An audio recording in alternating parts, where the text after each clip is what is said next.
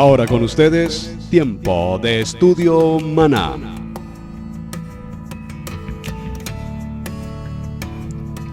Muy buenos días, mis amigos y hermanos, seguidores de Estudio Bíblico Devocional. Aquí estamos en este punto y en esta hora compartiendo el tema de la palabra. Amar la palabra, aprender la palabra y vivir la palabra. Su hermano Pastor Roberto Alfaro les saluda. Una cordial bienvenida a todos quienes nos acompañan a través de Radio Génesis.tv y para todos nuestros amigos a través de Vivo para Cristo TV en Suecia, Estocolmo, toda Europa. Para ustedes, bendiciones. Muy bien, en primer lugar quiero dar agradecimiento muy especial a todos y cada uno de nuestros amigos y hermanos que nos acompañan permanentemente a través de estos medios, en la radio, en la televisión, en el internet, siguiendo fielmente el estudio bíblico devocional. Ha sido una experiencia maravillosa.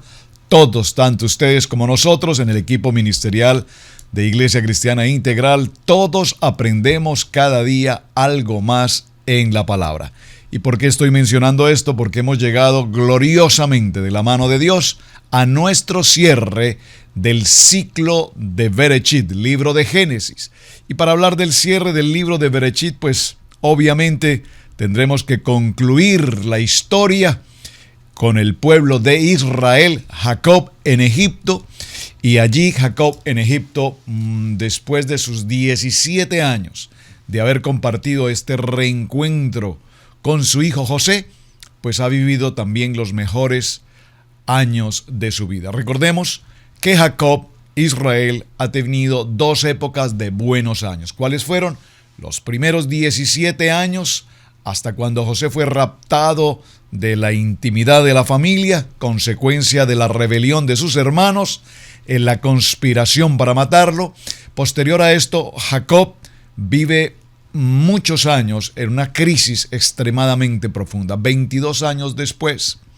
Es decir, que ahora en la edad de 39 años, José se reencuentra con su padre. Para este entonces, Jacob tiene 130 años y los siguientes 17 años serán los segundos mejores años en la vida de Jacob. Pero todo tiene un tiempo, todo tiene un final, y ahora el capítulo 50 nos narra precisamente la muerte de este patriarca, Jacob. Tantas enseñanzas maravillosas que hemos encontrado a lo largo de Bereshit respecto de esta situación. Génesis capítulo 50 entonces nos dice: se echó José sobre su rostro de su padre y lloró sobre él y le besó.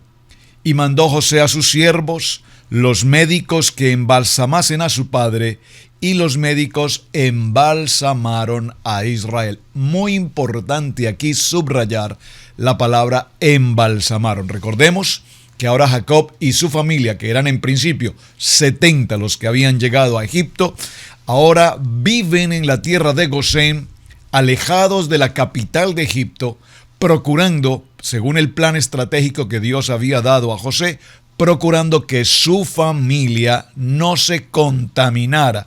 En una mejor palabra, no se asimilara. La palabra asimilación es una palabra que tenemos muy presente y la vamos a ver con mucha frecuencia, porque asimilación básicamente lo que nos indica es que cuando venimos de una tradición, de una cultura, llamémoslo así, y venir a otra cultura, pues vamos a aprender un nuevo idioma, unas nuevas costumbres, nuevas leyes, incluso una nueva gastronomía.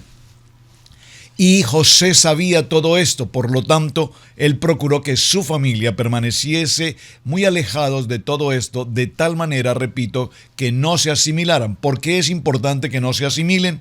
Porque es muy importante que ellos conserven su identidad como hebreos, como seguidores del Padre Eterno, el Dios Todopoderoso, a través de la Torá. Recordemos que ahora este pueblo de Jacob, Israel, ya no será un grupo de 70 personas, sino que ahora va a crecer tan numerosamente que será ahora considerada una nación. Y esto es muy importante que lo resaltemos. Pero veamos entonces cómo Jacob es embalsamado porque recordemos que había hecho una promesa a José, a su padre, de que debía ser llevado a la tierra nuevamente de Canaán. Así es que allí, repito, José acompaña a su padre durante 17 años, hace un juramento para que le regrese nuevamente a la tierra de la promesa, a la tierra donde evidentemente crecerá y se desarrollará todo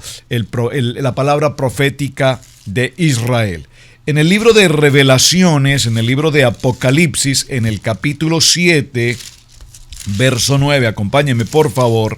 Libro de Apocalipsis, capítulo 7, verso 9, dice esta palabra: después de esto miré, y he aquí una gran multitud, la cual nadie podía contar, de todas las naciones y tribus y pueblos y lenguas, que estaban delante del trono y en la presencia del Cordero, vestidos de ropas blancas y con palmas en las manos, y clamaban a gran voz, diciendo: la salvación pertenece a nuestro Dios, que está entronado en el trono, y al Cordero. A ese Dios todopoderoso Israel debía continuar siguiéndole, como era el propósito inicial de Dios. Ahora, ¿por qué razón era tan importante que Israel, Jacob, no fuese enterrado precisamente en esta tierra de Egipto? ¿Por qué era importante que fuese llevado a la tierra de la promesa? Pues podríamos mencionar varias razones. Una de ellas, mostrar que evidentemente el pueblo de Israel desarrollaría todo el propósito ¿en dónde? En la tierra que había sido prometida inicialmente en la vida de Abraham. Recordemos que la primera palabra que Dios da a Abraham, estando en Ur de los Caldeos, lo vimos en esa enseñanza: Lech lecha, vete de tu tierra, de tu parentela, a una tierra que yo te mostraré, a una tierra en la que fluye leche y miel. Y allí empieza la palabra profética de parte de Dios a Abraham, indicando que su nación, su pueblo, su tierra, su simiente crecería y se extendería sobre la faz de la tierra. Porque era entonces importante que una vez Jacob muriese, regresase a la tierra de promesa, porque allí partimos en Lech lecha, vete de la tierra de idolatría a una tierra que yo te mostraré, y te establecerás como nación y serán grandes en las naciones, y vendrán pueblos y tribus y vendrán naciones de todas sus simientes, ahora las 12 tribus. Ahora, era importante evitar que los hijos de Israel vuelvan a Egipto para visitar la tumba del patriarca. Esto es muy importante. En el libro de Deuteronomio, en el capítulo 17, acompáñenme por favor, libro de Deuteronomio, en el capítulo 17, en el verso 16, dice esta palabra: pero él no aumentará para sí caballos, ni hará volver al pueblo de Egipto con el fin de aumentar caballos, porque Yahweh os ha dicho: no volváis por este camino. Si hubiésemos dejado, o si se hubiese dejado mejor, el cuerpo de Jacob sepultado en la tierra de Egipto, entonces hoy nuestra nación santa no sería Israel, sino seguramente que la nación santa estaría hoy en Egipto. Por lo tanto, era necesario que los hijos de Israel, la nación de Israel, no regresara a Egipto, sino que tuviese un centro, un foco, que era el principio de la tierra prometida. Estar en la tierra de Israel cuando llegue la resurrección, el tiempo de la venida del Mesías, nuevamente, ¿a dónde regresará? Dice la palabra que regresará evidentemente a ese lugar en la tierra de promesa. Cuando estudiamos un poco lo que significan los últimos momentos en la vida de Jacob, nos daremos cuenta cuán importante fue, lo vimos en uno de los mensajes anteriores, la bendición de las manos cruzadas. Bendice con su mano derecha a Efraín, el menor, y con su mano izquierda a Manasés, el mayor. Y este no era el orden cultural o tradicional de la bendición del primogénito. Pero recordemos que en las bendiciones anteriores de los primogénitos siempre hubo conflicto, porque siempre mencionamos 5 casos particulares que la Biblia nos enseña. cuando no se bendijo al mayor, sino siempre se bendijo al segundo. Caso de Ismael e Isaac, por ejemplo, Jacob y Esaú, y ahora lo estamos viendo aquí en la misma historia, en el caso particular de Efraín, el menor, y Manasés, el primogénito mayor. Ahora, ¿por qué es tan importante esta historia?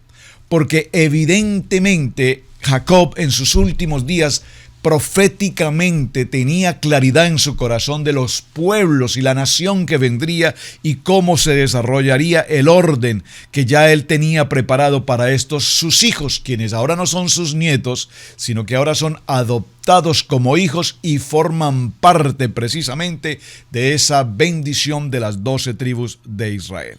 Así es que algo muy importante y quiero que resaltemos, por favor, acompáñeme a Génesis en el capítulo 49. Este cierre de Génesis es apasionantemente importante. Tal vez necesitaríamos un poco más de tiempo para desarrollarlo, pero estoy tratando de resumir al máximo lo que quiero dejar como cierre del estudio en el ciclo de Bereshit. Génesis capítulo 49 dice la palabra: y llamó Jacob a sus hijos. Por favor, llamó Jacob a sus hijos. Y dijo, por favor, subraye la palabra y dijo. ¿Qué dijo Jacob a sus hijos? Estamos en el tiempo en el que Jacob está a punto de morir. Juntaos, por favor, subraye esta palabra, juntaos. Juntaos y os declararé lo que os ha de acontecer en los días venideros. Cuán importante este texto de Génesis capítulo 49. ¿Por qué cuán importante? Porque Jacob en sus momentos antes de expirar, observen que la Biblia no nos dice que Jacob murió, dice que Jacob expiró. Hay una gran diferencia entre el morir sin ser un creyente y cuando se muere siendo un creyente. Aquí dice que en sus últimos momentos reunió a sus hijos. ¿A quién? A sus 12.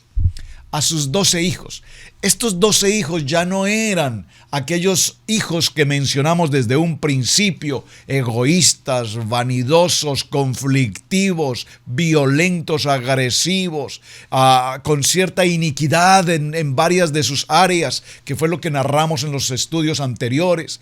Aquí estamos reuniendo a 12 hombres transformados, 12 hombres con una nueva mentalidad, con una nueva disposición, 12 hombres que han pasado por el tiempo profundo, legítimo y auténtico de la techuvá. ¿Qué es la techuvá? El arrepentimiento genuino, porque hay techuvá parcial o temporal tal vez, pero el arrepentimiento de estos hombres hoy era 100%, es arrepentimiento genuino, de tal manera que aquellos hombres que conocimos en un principio, jóvenes, inexpertos, inmaduros, celosos, que conspiraron incluso para matar a su hermano, hoy nos encontramos frente a unos hombres, ya incluso algunos de ellos abuelos, que habían madurado en su carácter y habían afianzado su fidelidad al Padre Eterno. Jacob los reúne y les dice: juntaos y oíd, hijos de Jacob, y escuchad a vuestro padre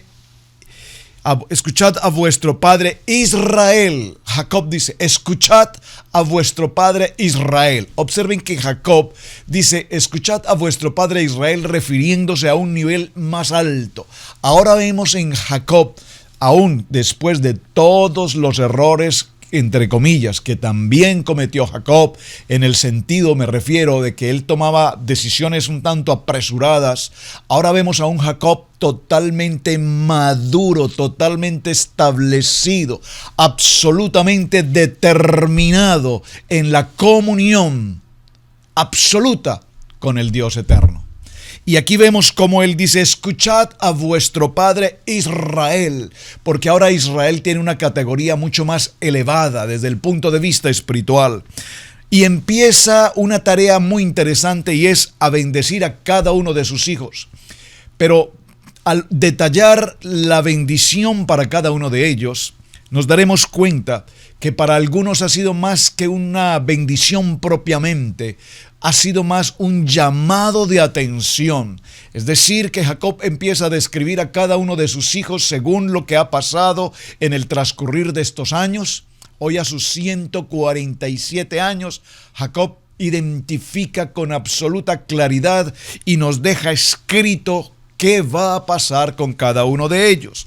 De tal manera que en estos últimos días, Jacob habla a Rubén y dice: eres el primogénito, eres mi fuerza, fuiste mi primer hijo, el hijo primogénito. Importante esta expresión, hijo primogénito. Es decir, la Biblia en ningún momento, Jacob Israel, niega o desconoce, muy importante, que Rubén evidentemente es el primogénito. Pero, como subiste a la cama de tu padre, no tendrás preeminencia. Y creo que no vamos a entrar a detallar esto, que ya lo vimos en los estudios anteriores, de tal manera que Rubén, sin que se le quite su calidad de primogénito, se le corta, permítame la expresión, o se anula su calidad de ejercer la primogenitura. ¿Por qué? Porque ya sabemos, con todo lo que hemos visto anteriormente, que ahora el legítimo y así delegado por Jacob o por Israel ha sido ¿quién? Pues por supuesto José. Pero recordemos que José también es primogénito, porque es primogénito en la vida de Jacob y de Raquel. Muy bien. Simeón y Leví, Jacob les dice, eran violentos, y por eso es que maldice Jacob su ira. Observen que aquí la palabra a Simeón y Leví no es que Jacob les maldijo de ninguna manera. Por favor, lea con detenimiento este texto, porque lo que él dijo fue que maldecía la ira, la fuerza, la violencia, su agresividad, la manera como trataron ciertos asuntos, particularmente el tiempo que se suscitó en Siquem, cuando mataron a tantos hombres y saquearon aquella ciudad. Entonces, la maldición no era a estos hijos, porque de allí vamos a ver posteriormente la importancia de la tribu de Leví, que además fue precisamente la que conservó más o mejor que ninguna otra la condición del Brit Milad, es decir, la condición de la circuncisión, muy importante, y lo vamos a ver un poco más adelante. Simeón y Leví, entonces, ellos serán esparcidos en Israel. Judá será alabado por sus hermanos. Es un cachorro de león, gobernará hasta que venga el Mesías, y a él será dada la obediencia de los pueblos. Zabulón habitará a la orilla del mar, Isaacar, que es un asno que se inclina para servir. Dan juzgará a su pueblo, es una serpiente que muerde los jarretes del caballo. Tu salvación espero de Dios Hashem. Gad será de Gad saldrán tropas, y Asher tendrá ricos alimentos. Neftalí es como una sierva que habla hermoso. Benjamín es un lobo que devora y reparte. Luego Jacob dice que va a ser reunido con su pueblo y pide que le sepulten precisamente en aquel lugar de Macpela, donde se encontraba su padre Isaac, donde se encontraba Rebeca, donde se encuentra Abraham y donde se encuentra Sara. José, entonces dice la palabra, y aquí es interesante que la Biblia nos narra que lloró profundamente José a su padre. Observe que no dice que sus hermanos junto con José lloraron profundamente la muerte de Jacob, de Israel. Nos habla particularmente del profundo dolor que sintió particularmente José. Y lo llora y besa. Luego ordena a sus siervos que le embalsamen, cual tarda 40 días. Y los egipcios, interesantísimo este dato, los egipcios particularmente lloraron la muerte de Israel. Muy importante esta expresión aquí. ¿Por qué? Porque los egipcios llegaron a reconocer la calidad de persona, de ser humano, de hombre de Dios, la integridad, la importancia, la relevancia. Ahora, ellos podrían concluir, ahora entendemos por qué José es este gran hombre que ha hecho cosas grandes y maravillosas en la tierra de Egipto. Ellos, los egipcios, sabiendo aún que José era un hebreo, muy importante esta expresión, era un ivrí, un hebreo le reconocían y le aceptaban y le honraban como el gobernador de todo Egipto. Pero ahora, ante la muerte de Jacob, dice la Biblia, dice la palabra, que precisamente los egipcios lloraron profundamente 70 días. 70, atención a ese número, la muerte de Jacob. Porque ellos también reconocieron que después de que Jacob se hizo presente en Egipto, al reencontrarse con José y bendecir a Faraón, después de esa bendición, el hambre cesó en Egipto. Es decir, repito, los egipcios reconocieron esa supremacía en la vida de Israel, de Jacob. Pero atención, algo muy importante, porque Jacob no quería entonces quedar su cuerpo allí, sus huesos, porque sin lugar a dudas hoy tendríamos un dios o una idolatría de los egipcios precisamente a nuestro patriarca, a nuestro padre Jacob. Interesante. Así es que José les habla a sus hermanos y con un corazón dispuesto les dice: no teman, hermanos. Aquí hay algo importante que mencionar. Una vez la muerte de Jacob, evidentemente los hermanos tenían un cuestionamiento. Muy seguramente José nos ha tenido aquí cómodos, nos ha provisto lugar, vivienda, alimento, vivimos en muy buena comodidad, pero una vez nuestro padre muera, ¿será acaso que José va a tomar represalia contra nosotros? Porque sabemos con absoluta claridad que nosotros causamos dolor a nuestro padre y pasamos por un proceso muy difícil a la vida de José. Sin embargo, José, con un corazón absolutamente claro, definido, un hombre de Dios íntegro, les dice a sus hermanos: no teman, hermanos, porque yo continuaré guardándoles, protegiéndoles y evidentemente yo continuaré siendo proveedor de ustedes. José y la casa de su padre entonces se quedan en Egipto y luego viene la segunda parte de la historia. José vive hasta los 110 años y muere allí. Sin embargo, es interesante mencionar cómo José tuvo la valiosa oportunidad de ver a su tercera y cuarta generación. La tercera generación en Efraín, la cuarta generación en Manasés. Muy importante, porque usted va a recordar que hay algunos textos bíblicos que nos dicen que cuando la maldición o la bendición alcanzan hasta la tercera y cuarta generación. ¿De dónde viene esa frase? Esa frase viene justamente de aquí. José muere a los 110 años, pero tuvo el privilegio de ver su tercera y su cuarta generación.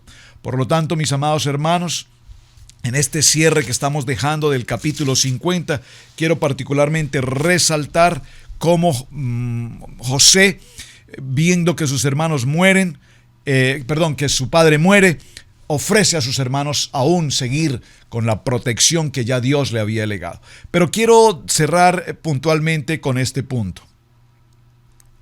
Por favor, Génesis capítulo 50 y el verso 17. Hay una pregunta interesante en toda esta historia. La pregunta es: ¿Jacob, Israel, conoció la verdad de que los hijos, sus hijos, 10 de sus hijos, habían conspirado para matar y posteriormente vender a José a los ismaelitas? ¿Se ha preguntado esto? ¿En qué momento Jacob se entera de esto? ¿Sus hermanos lo dijeron? ¿Quién lo dijo? ¿Simeón tal vez? ¿Leví? ¿Posiblemente Judá? ¿Quién se acercó a Jacob y le contó? ¿Acaso fue José el que un día dijo: padre, ¿sabes qué pasó? ¿Realmente la historia es esta? Tus hijos, mis hermanos, conspiraron para matarme. Pensé que tú estabas incluido en esta conspiración, así lo sentí. ¿Sería acaso que José contó alguna vez a Jacob esta historia? Esa parte no la sabemos. Seguramente algún día, cuando estemos allí en la presencia de nuestro Padre Eterno, podamos tener más claridad al respecto. Pero la Biblia sí nos deja una respuesta. En el capítulo 50, verso 17, dice, y cerramos con broche de oro en este texto: así diréis a José. Vamos a leer del verso 16. Y enviaron a decir a José: tu padre mandó antes de su muerte diciendo: así diréis a José, te ruego que perdones ahora la maldad de tus hermanos y su pecado, porque mal te trataron. Por tanto, ahora te rogamos que perdones la maldad de los siervos del Dios de tu padre. Y José lloró mientras hablaban. ¡Wow! ¡Qué precioso texto! Les soy sincero, me conmueve este momento. Cuánto dolor en la vida de José, cuánto dolor en la vida de Jacob.